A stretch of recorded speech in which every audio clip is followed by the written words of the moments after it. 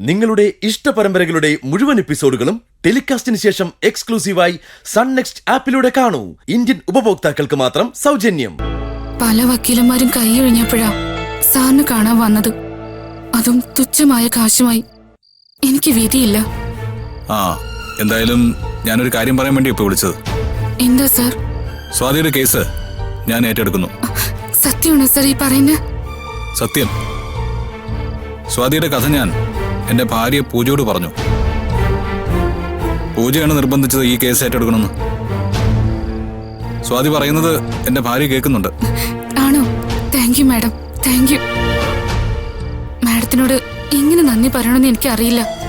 എനിക്ക് വേണ്ടി ശുപാർശ ചെയ്തതിന് ഒരുപാട് നന്ദിയുണ്ട് മാഡം. എനിക്ക് സ്വാതിയുടെ അവസ്ഥ മനസ്സിലാവുന്നുണ്ട്.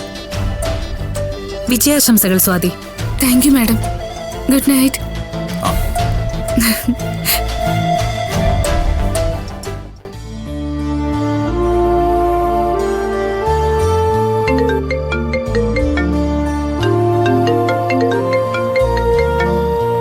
ഹലോ.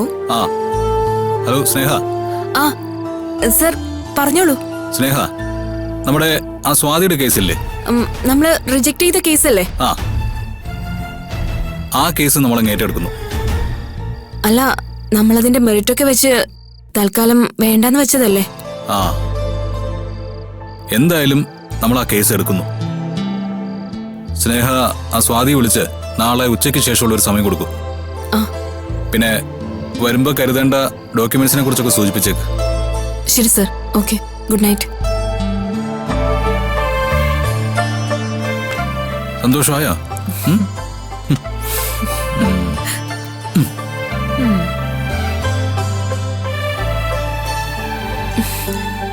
അർജുൻ സാർ ഈ കേസ് ഏറ്റെടുക്കണ്ടായിരുന്നു. ഏത് കേസ്?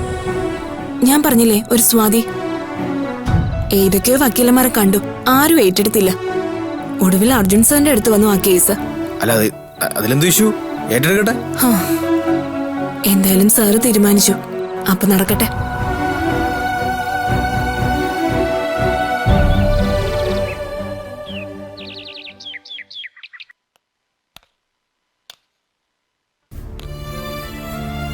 കനകേ, മോക്ക് കുറുക്ക് കൊടുത്തു കഴിഞ്ഞാ പിന്നെ വെള്ളം തിളപ്പിക്കണം. വെള്ളത്തിൽ ചേർക്കേണ്ട പച്ചിലകളൊക്കെ അറിയാമല്ലോ. അതൊക്കെ റെഡിയല്ലേ? പൂജയുടെ ഒരു ഭാഗ്യത്തെ കുറിച്ചാ ഞാൻ ആലോചിക്കുന്നത്. എന്താ നിന്റെ ആലോചന? അല്ല, പൂജയുടെ കുളി, ആഹാരം, പിഴിച്ചിൽ, ഉഴിച്ചിൽ എല്ലാം കൃത്യമായി നടക്കുന്നു.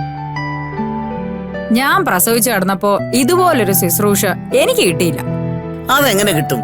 വസന്തന്റെ അമ്മയും അച്ഛനെയും ആദ്യമേ നീ അനാഥാലയത്തിലാക്കിയില്ലേ? നിന്റെ കുടുംബത്തിൽ നീയും ഭർത്താവും അല്ലാതെ വേറെ ആരും വേണ്ടെന്നായിരുന്നില്ലേ നിന്റെ നിലപാട്? വീട്ടിൽ അമ്മയും അമ്മൂമ്മയൊക്കെ വേണം. അതില്ലാത്തടത്ത് അതിന്റെ ഒരു കുറവുണ്ടാവും. നിനക്ക് ക്ഷീണം പറ്റിയെങ്കിൽ അത് നീയായിട്ട് വരുത്തി വെച്ചതാ. അമ്മ, എന്തിനും എന്നെ കുറ്റം പറയല്ലേ? അത് കൊള്ളാം. കുറ്റം ചെയ്തതിന് കുഴപ്പമില്ല, അത് പറയുന്നതാ കുറ്റം അല്ലേ? മധു, ഞാൻ നിന്നെ ശ്രദ്ധിക്കുന്നുണ്ട്. കുറെ കാലം നിന്റെ സ്വഭാവത്തിൽ ഒരു തിരിച്ചറിവൊക്കെ കാണായിരുന്നു. പക്ഷേ പൂജയുടെ കുഞ്ഞു വന്നത് മുതൽ നിന്റെ പഴയ രീതികളൊക്കെ വന്നു തുടങ്ങിയിട്ടുണ്ട്. കുറ്റപ്പെടുത്തല്, അസൂയ, അത്യാഗ്രഹം പറച്ചില്. പോട്ടമ്മേ, മധുമോള് സ്വാതന്ത്ര്യം കൊണ്ട് പറയുന്നല്ലേ. ഒരു കാര്യം ഞാൻ പറയാം മധു, എന്റെ അരുണിമയുടെ ചെറുമോള കൃഷ്ണ.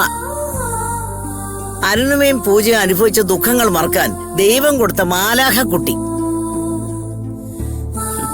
ആ കുഞ്ഞിന് വാരിക്കോരി തന്നെ ഞാൻ കൊടുക്കും.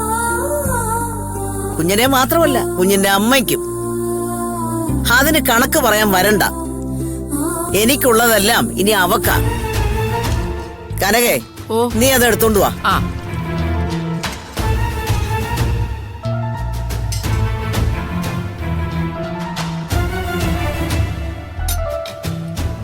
ഓഹോ, അങ്ങനെയാണല്ലേ.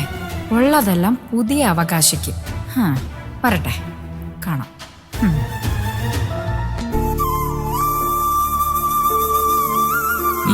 പൂജ,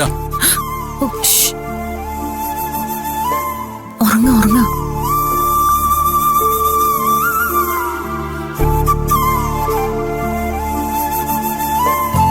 അല്ല, എവിടെ? എന്ത്? അത് ശരി. അപ്പൊ അത് പോലും അറിയില്ല അല്ലേ? ചോദിക്കുന്ന കേട്ടില്ലേ എന്താന്ന്? ഷോ അജുവേട്ടാ മെല്ലെ, മോളെ ഉണർത്തല്ലേ.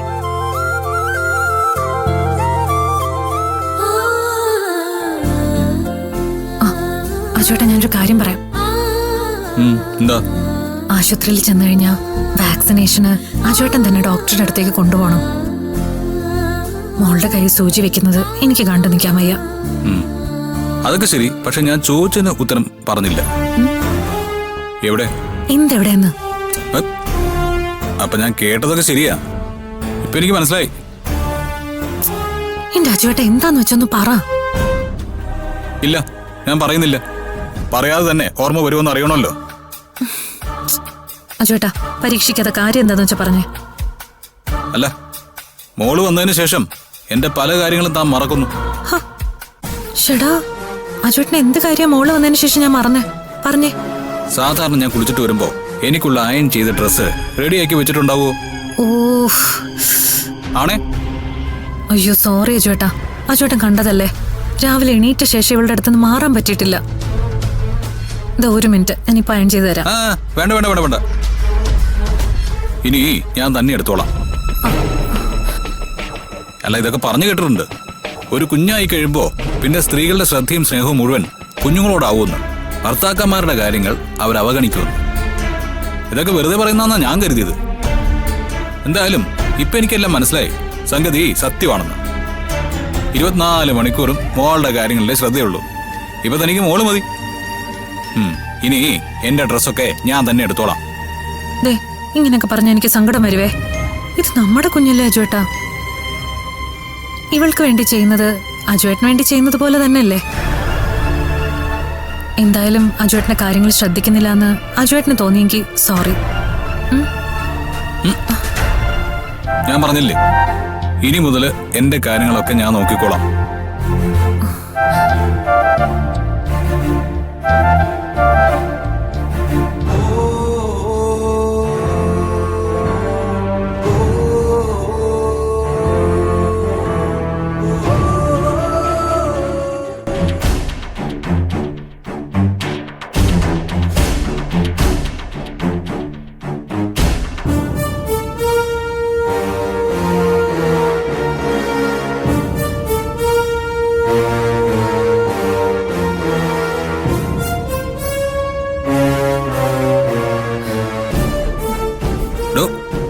കറിയാണോ?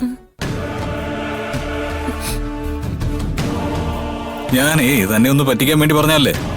തനിക്കും അത് മനസ്സിലായില്ലേ? താൻ എന്താ കരുതിയേ ഞാനൊരു ശരാശരി മൂരാച്ചി ഭർത്താവാണെന്നോ?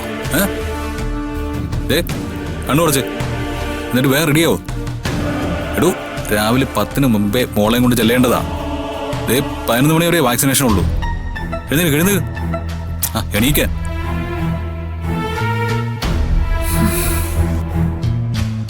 അജുവേട്ടൻ കാര്യമായിട്ടല്ലേ നേരത്തെ പറഞ്ഞ ഞാൻ അവഗണിക്കുന്നു. അജുവേട്ടന്റെ മനസ്സിൽ അങ്ങനെ ഒരു ഫീല് വന്നിട്ടുണ്ട്, ഉറപ്പാ. അജുവേട്ടാ, എനിക്ക് അജുവേട്ടൻ കഴിഞ്ഞിട്ടേ ലോകത്ത് ആരും ഉള്ളൂ, എന്തോ ഉള്ളൂ. നമ്മുടെ മോള് പോലും എനിക്ക്. നോ, അങ്ങനെയൊന്നും പറയില്ലേ. തനിക്ക് എന്നോടുള്ള സ്നേഹം എന്താണെന്ന് താൻ എന്നെ പഠിപ്പിക്കണ്ട. പച്ച വെള്ളം പോലെ അതെനിക്കറിയാം. താൻ പറഞ്ഞ പോലെ എന്റെ മോളുടെ കാര്യങ്ങൾ ശ്രദ്ധിക്കാന്ന് വെച്ചാ അതെന്നെ ശ്രദ്ധിക്കാന്ന് തന്നെയാ. പിന്നെ ചില പ്രസിദ്ധീകരണങ്ങളിൽ ഞാൻ വായിച്ചിരുന്നു, പ്രസവാനന്തരം ഭാര്യമാർക്ക് കൂടുതൽ ശ്രദ്ധ കുഞ്ഞുങ്ങളിലാവുന്നൊക്കെ. അത് ഭർത്താക്കന്മാർക്ക് മാനസികമായി പ്രയാസങ്ങൾ ഉണ്ടാക്കുമെന്ന്. അത് വെച്ചിട്ട് തന്നെ ഒന്ന് വെറുതെ വിരട്ടാൻ നോക്കിയതല്ലേ എന്റെ പൊന്നു ഭാര്യയെ. സത്യാണല്ലോ അജുവേട്ടൻ പറയുന്നത്. പിന്നല്ലാതെ.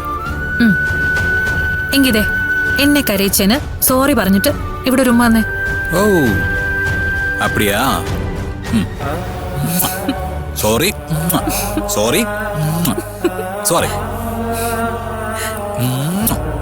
സോറി.